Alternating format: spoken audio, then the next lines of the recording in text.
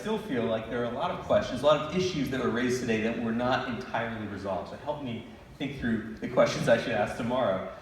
Jennifer Riria is with us. She is, as I mentioned, the chairwoman of Women's World Banking and the CEO of Kenya Women, a microfinance leader with a lot of experience.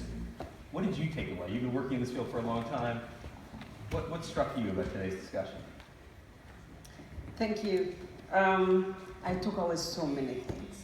And it's difficult for me to say one thing. But let me just quickly say, one of the things that I think I've taken away, not that we didn't know it was there, but I took this away, is that gender inequality, injustice exist. And we have built consensus on that, which for me is so important because once you identify the problem, 50% of the problem is solved. All right? Can we just Then anxiety. Let's just stay on that point for a second. Yes. Because we had a panel that talked about how 70% of purchasing power and influence is women, and then the obvious question then is, well, why are we having this conversation? If it's so obvious, why aren't we solving this gap of financial inclusion? So Raj is being very nice because we had a little prep session. And I said, you can't let me go first because I'm just going to depress everybody. Because that really was this huge takeaway for me. You know, we heard it, you know, very explicitly with the statistics, with the Vineet's presentation, the gentleman from Pfizer. But we heard it several other times. If women control that much purchasing power, if women are making that many decisions, you know, why do we have the consensus that Jennifer just mentioned? And that, as excited and as optimistic as I think we came away from so many panels, I mean, if this is what Deborah Malawa does when she loses her luggage, she needs to lose her luggage more often. She was amazing and got us so excited. But I have to say, I came away, you know, maybe a little chastened. So what do you think is the answer to that question? Oh. Is it this issue of, essentially, we're talking about women's rights, that this is not a technology problem, this is not a financial problem? I think, first of all, it's calling everybody to sincerity of what's happening. And really the basic of it is that human rights are violated. That's basically what it is. And I think it's very important for us to realize, unless we address that, all this technology and everything we are saying, use the technology, use financial inclusion. What for? To make sure that women get justice. It's a social issue. And that is why throughout from Monday, one of the things that were asked for, and I think, for me, this is the new gospel. We have a new gospel to fight the elephant in the room. And this gospel is, you have to put women at the center. The barometer with which to measure how well-being a company is doing, how well a society is doing, how well a government is doing, it has to be measured through what is happening to women in any company. That's what everybody has been saying right now. It also says, a discussion came throughout yesterday, that this cannot be done by one person, neither one company, neither the government, neither the civil society. It is a collaboration, and that is the word, collaboration, not partnership, collaboration, so that it allows innovation and it allows reaching out, using very many approaches. I think for me, that's where I stand. I think the other thing that ties to that is this idea that it can't just be a happy accident. In other words, we can't just focus on getting every woman a bank account and then assume things are going to work, right? One of the themes throughout today was there are a lot of other factors at play. No, and I think we heard that, I think we sort of heard it from both ends. We heard that financial inclusion, in fact, you started us off that way, saying that the policy priority of financial inclusion itself is maybe down the list a little bit, but the impact that it can have goes so far beyond just the opening of that account, but can enable and accelerate progress on so many of our other goals: better water, better education, better health. And those are all things that women tend to prioritize additionally. But then we also heard, say, from Daniela this morning and from several of the other panelists during the day, that it isn't just the financial service, but the non-financial services, the support that goes around the provision of those services that are really going to result in truly including women in the formal economy, in the formal financial sector. Yeah, we also have heard, just in addition, that there's need to invest in approaches, in innovations, in interventions that affect the social change agenda, that women are not just there.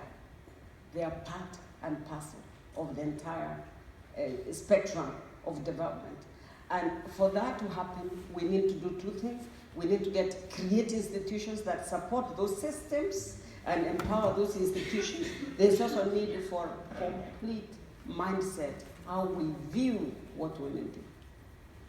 Well, MFIs are really the front lines of this, right? I mean, this is what MFIs do. I know a lot of you are in the room. And it makes me think, what is the future for the MFI? If it's so obvious that banking women, obviously I say banking in a broad sense, insurance, savings, everything, but getting women financial access is so obvious. The business case is obvious. This is the future. What's the role for the MFI? What will the MFI look like 20 years from now? Will they be around? Or will we say, no, this is all mainstream now? Yeah, no, I'm really glad you mentioned that, because in continuing my downer mood here, that I kept thinking, what are the MFIs in the room thinking here, particularly as we talked about technology. I think there were a couple of questions that came out that I think were very important and speak to the future, the potential future for microfinance institutions.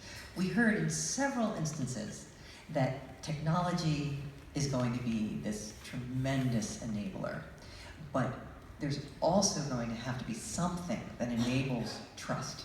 And that, we started the day off with this notion that there's an emotional distance between women and financial institutions, that there's a need to build trust amongst the people that we're trying to reach. And I think there's absolutely a role for microfinance institutions that have, for so many decades, built that trust, have that very close relationship of trust with their clients, that if we're talking about real collaboration, I think there's absolutely a role for the microfinance institution. But I would challenge all of you who are with MFIs in the organization, in the audience, to think about where you fit into this. Let's think of it a little bit. Lauren Interoni, just from SAB, she just talked about future-proofing your business. Yeah. What does future-proofing your MFI look like? What should MFIs be doing differently, given all that we've learned today about this relatively new moment that we're in, it feels like? Let me first of all shock everybody, because you don't sit here and think we are solving poverty problems today. It is a process. It's like poverty is like a broken pot. You keep on pouring water, but the water still keep on going. Poverty is feeding in because of all the other things that are happening in the world. Poverty is going on. We may contribute and reduce, but there will always be somebody poor in the society. That's the first thing. The other thing is microfinance institutions are changing tactics. They are now using technology.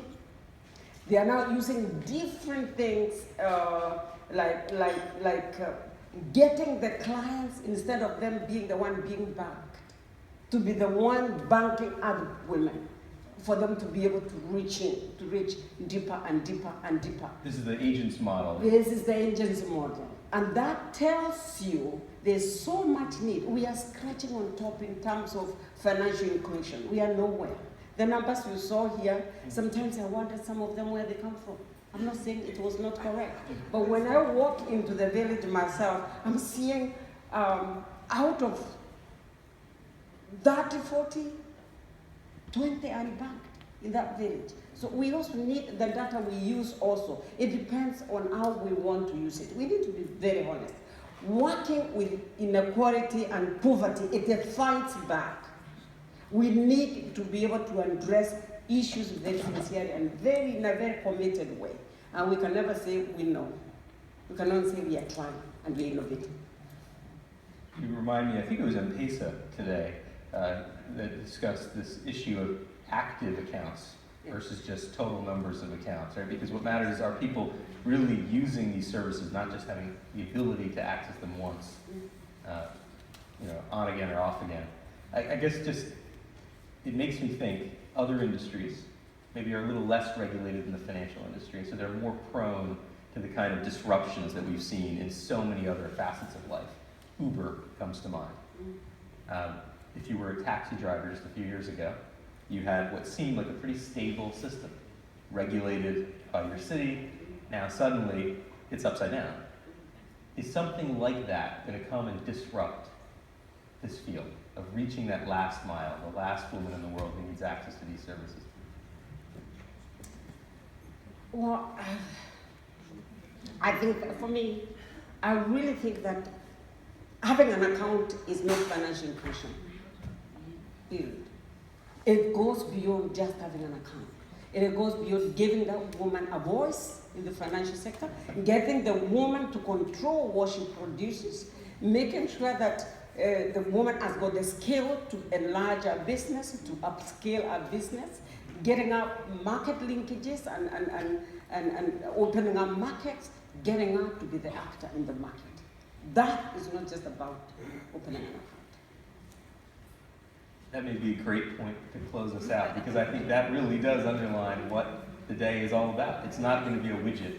There may be new models, there may be new technologies, there may be new companies that are born that serve this space, but in the end, if it's about women's empowerment, then it's about much more than just a financial service. Mary Ellen, I leave you with the last word to close us out. Well, it's just the last word on day one. So we hope all of you will come back, because I think tomorrow is really where we're going to dig a little deeper and talk about some of the nuts and bolts and tactics of getting beyond opening that account for women. I'm really, really excited about some of the conversations that I know are coming. I also, even though it is only day one, and we'll say a whole round of thank yous tomorrow, and I know Connie's got some thank yous to say as well, but I do want to just shed lots and lots of gratitude on our colleagues and friends at BNZ, and most importantly to Parliamentary State Secretary Thomas Silverhorn, who started us off this morning. When we talk about financial inclusion being down on that list of priorities, it's very clear that the German government has it as a very high priority. And all of us in this room are going to hold them accountable to that. And we look forward to seeing you tomorrow. Thank you all very much for being such an attentive audience.